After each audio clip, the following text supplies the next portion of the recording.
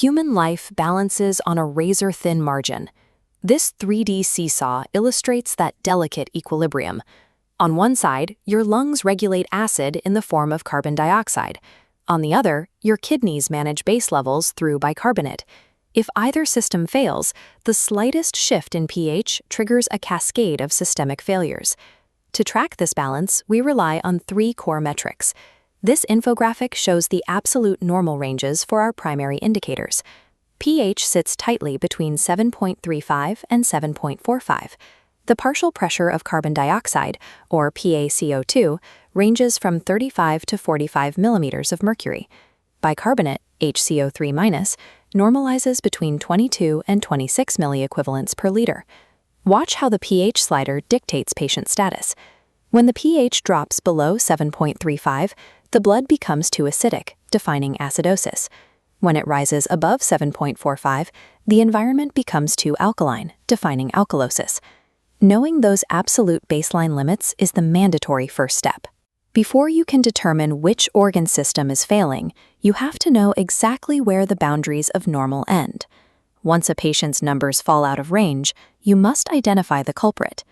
This diagram outlines the Rome mnemonic, respiratory opposite, metabolic equal, which gives us a clear rule for reading the data. If the lungs are failing, pH and PaCO2 will move in opposite directions. If the kidneys are failing, pH and bicarbonate will move in the same direction.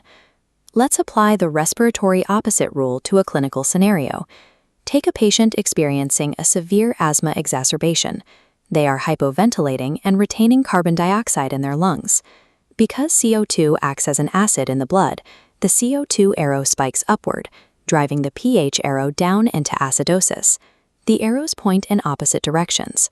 Now look at the metabolic equal rule. If a patient is in kidney failure, they lose the ability to produce and hold onto bicarbonate. Because bicarbonate is a base, losing it makes the blood acidic. Here, both the pH and the HCO3 arrows drop in parallel. They move in the same direction. Let's test this logic on a raw ABG strip. We have a pH of 7.31, a PaCO2 of 30, and a bicarbonate of 16. Pause the video and use the Rome method to identify the primary disorder. You likely notice that the pH is low, and both the CO2 and bicarbonate are low, moving in the same direction. Identifying the primary metabolic culprit is essential. However, in the ICU, patients rarely present with just one abnormal number. That happens because the body fights back. This tug-of-war diagram illustrates physiological compensation. When the lungs fail and cause respiratory acidosis, the kidneys mount a defense. They slowly increase bicarbonate production, adding base to the system to pull the pH back toward a survivable range. We track this defense mechanism using this comparison grid. Notice the configuration here. The pH, the CO2, and the bicarbonate are all currently outside their normal ranges. The response is incomplete. We define this state as partial compensation. If the compensating organ works long enough, we reach full compensation. Look at the updated grid. The CO2 and bicarbonate remain abnormal, but the compensating organ has successfully pushed the pH back into the safe green zone, between 7.35 and 7.45.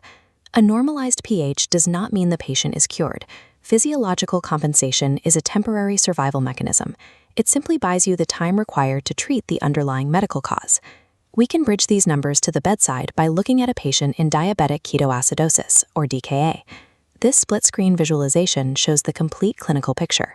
On the right, we use the anion gap formula, sodium minus the sum of chloride and bicarbonate, to measure the exact amount of metabolic acid accumulating in the blood. On the left side, we see the body's physical response, rapid, deep breaths, known as Kussmaul respirations.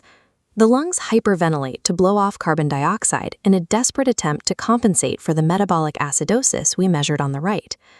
Look at this reference image of medical syringes. Correcting DKA requires aggressive fluid and intravenous insulin. In an acid-base crisis, calculating exact fluid volume and precise insulin doses dictates whether the patient recovers or deteriorates. Interpreting arterial blood gases only matters if you can translate the mathematical deduction on the paper into these life-saving bedside interventions. To make this process automatic, follow this 4-step flowchart. Step 1. Look at the pH to determine acidosis or alkalosis. Step 2. Look at the PaCO2 and bicarbonate to find the out-of-range values. Step 3. Match the direction of the numbers using the Rome method. And Step 4. Check if the third value has moved to provide compensation. This summary graphic acts as your clinical cheat sheet. It aggregates the normal ranges, the Rome mnemonic, and the anion gap formula, connecting them directly to primary bedside causes, like how severe diarrhea causes a massive loss of base, directly driving metabolic acidosis. The numbers on the monitor are not abstract math problems. Mastering arterial blood gases gives you a definitive tool for identifying, tracking, and reversing physiological collapse in the critical care environment.